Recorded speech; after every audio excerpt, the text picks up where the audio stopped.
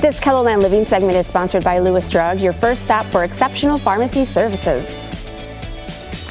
Cold and flu season is here, and it always seems to catch us when we least expect it. From crowded schedules to changing weather, it's easy for germs to spread, but there are simple, effective ways to protect yourself. Rachel Hodek is a pharmacist with Lewis Drug. Along with a reminder to wash your hands frequently, she's also joining us with some advice on what to do if you're one of the unlucky ones who catches a bug going around. That's Welcome. right. Yeah. Welcome. And I am one of the unlucky ones last yeah, week. you were sick last week. I had what's going around, I think. So tell us how to best protect ourselves. I see you have a lot of things here. Yeah. So my first recommendation would be checking kind of based on symptoms. So for cough, one of my favorite things to suggest is Delsum. Yeah. It lasts 12 hours. So I like that you're only doing twice a day dosing versus every 4-hour dosing for some other kind of typical cough ones. That's for more of a dry cough. Okay. Is it a pill form? Nope, that one is just liquid is what I suggest. I'm used to that one. And then usually if it's more of a productive cough, like you can feel it more gunky, mucusy in your chest, then I typically suggest plain Mucinex, and that is a pill form. Okay. Also lasts 12 hours. And then, drinking lots of water helps prevent that cough from happening as well. And honey? Honey works as well too.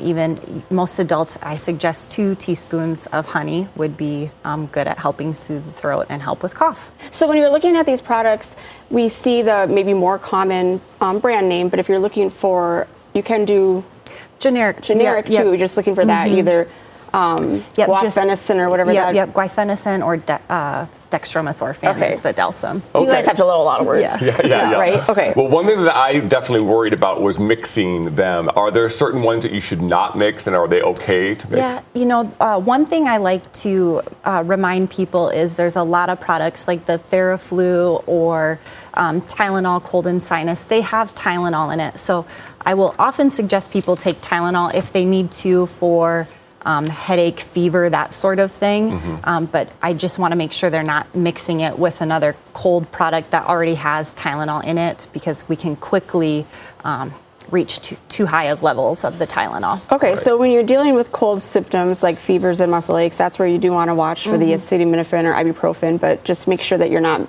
doubling up. Exactly. Okay. I like the ones that have it in it already for me too. Yep. And they are definitely fine. We just don't want to take extra on top of it. Some non-drug options, I guess. You were saying just some rest and lots fluids, of water.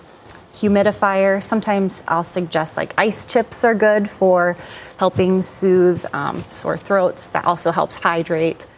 Just tea with honey, warm broth, those kinds of things. Even salt water gargle. A saltwater gargle is great. How does a saltwater gargle help you? It just does. Symptom relief. Okay. Yeah. Really? They usually say like half a teaspoon in 4 to 8 ounces of warm water and gargle it. And it's safe, Right. Tell us about some of the nasal sprays and things like that. Yep, so that's more for if we're having the congestion. I do think saline nasal spray works well. Once again, it's very safe for pregnant women, safe for kids, so I do like that option.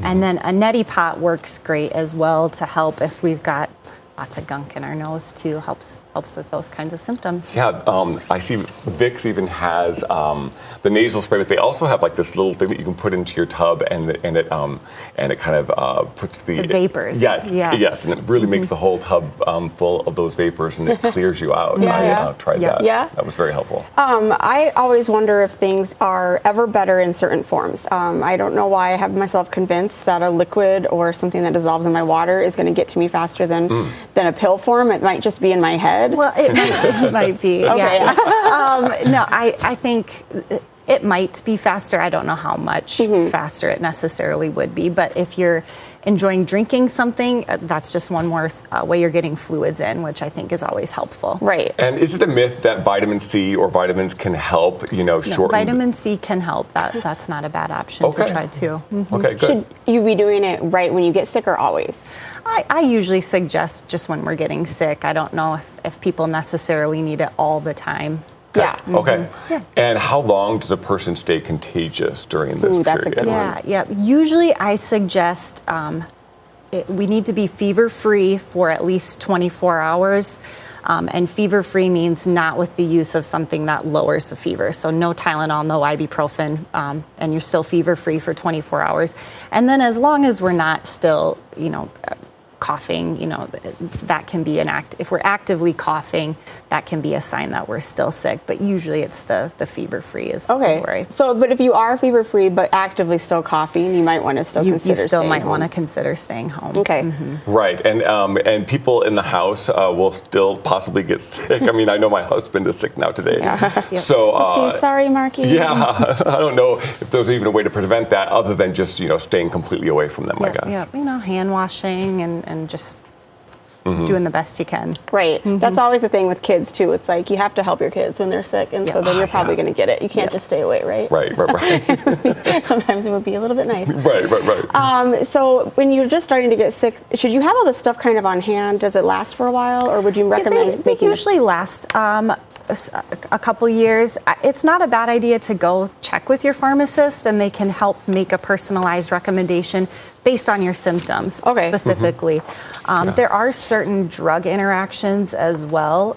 Sometimes the cough syrup can interact with SSRIs or some pain meds. Sudafed, which works great for helping with nasal congestion, that can raise blood pressure, so we want to use caution for people who are on blood pressure meds. Why it's such a good idea to actually just go up to the pharmacist and not try to. We always try to do it on our own. Let's talk about kids too. There are a little bit different things with children. You have to make sure that you're a certain age before you have some of the medications. Yep. So, Tylenol is great. We don't want to do ibuprofen until they're 6 months old. So if they're before 6 months, they can do Tylenol. Like I mentioned, honey works great, but we don't want to do that till they're 1 year old due to risk of botulism. And then Vicks works great too, but we want to make sure they're older than 2 before we use it. That's good. Good to know, because that's the most stressful moment is when you're up at 1 a.m. with a baby and you don't know what to do. But a lot of the suction-y things and nasal things, you can do those, and that'll help a lot. Yeah, those work great. Yep. Gosh. Well, thank you so much. I'm glad my kids are a little past the age of... I know, right? Thank you for being here. Thanks for having me. With 61 locations across the upper Midwest, Lewis has been a trusted neighborhood pharmacy and market leader for over 80 years. Simply head to lewisdrug.com to find the location nearest to you. And while you're there, be sure to download the Lewis app to your smartphone to get special savings and chances to win Lewis app rewards. This Keloland Living segment has been sponsored by Lewis Drug, your first stop for exceptional pharmacy services. Still ahead, more inspiration, more style, and more reasons to smile. That's right. Don't go anywhere. We'll be right back.